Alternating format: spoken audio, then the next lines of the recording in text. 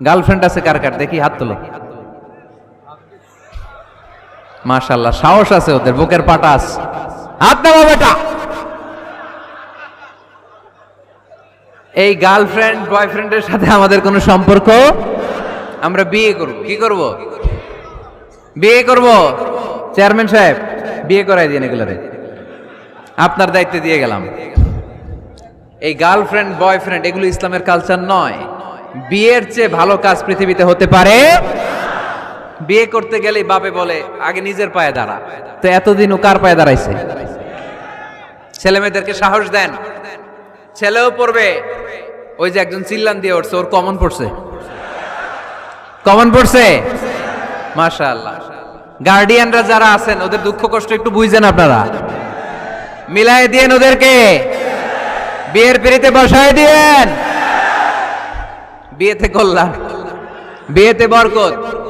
বিয়ের মতো ভালো কাজ হতে পারে না। সব নবীরা বিয়ে করেছেন। আর নিকাহ মিন সুন্নতি, বিয়ে আমার সুন্নাত।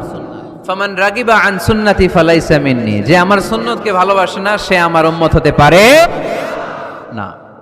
বিয়েটাকে সহজ করে দেন। যেই সমাজে বিয়ে সহজ ওই সমাজে জিনা কঠিন, তাই না?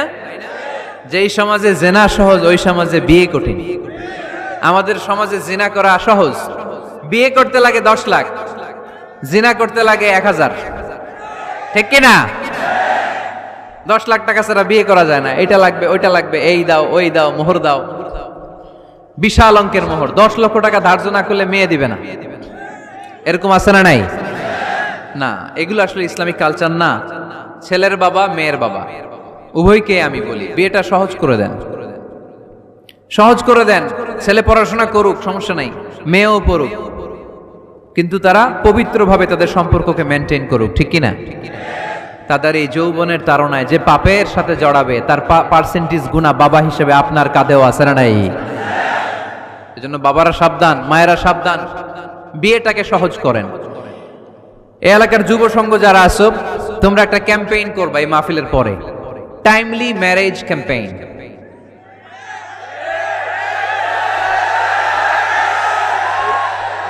Timely marriage campaign. সময় মতো বিয়ে দিতে হবে, দেরি করা যাবে।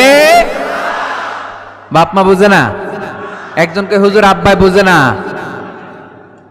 গার্ডিয়ান যারা আছেন একটু সদয় হন।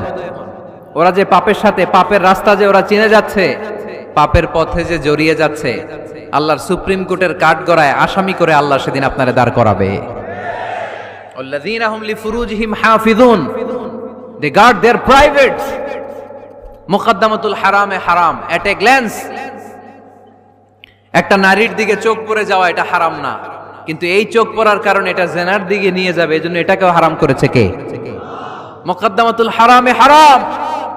এই নজরটা বড় খারাপ। আর নাযার সাহামুন মাসমুমুন মিন সিহামি ইবলিস।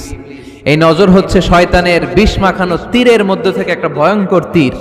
এই তীর দিয়ে শয়তান যুবক আর যুবতীদেরকে কাবু করে ফেলে।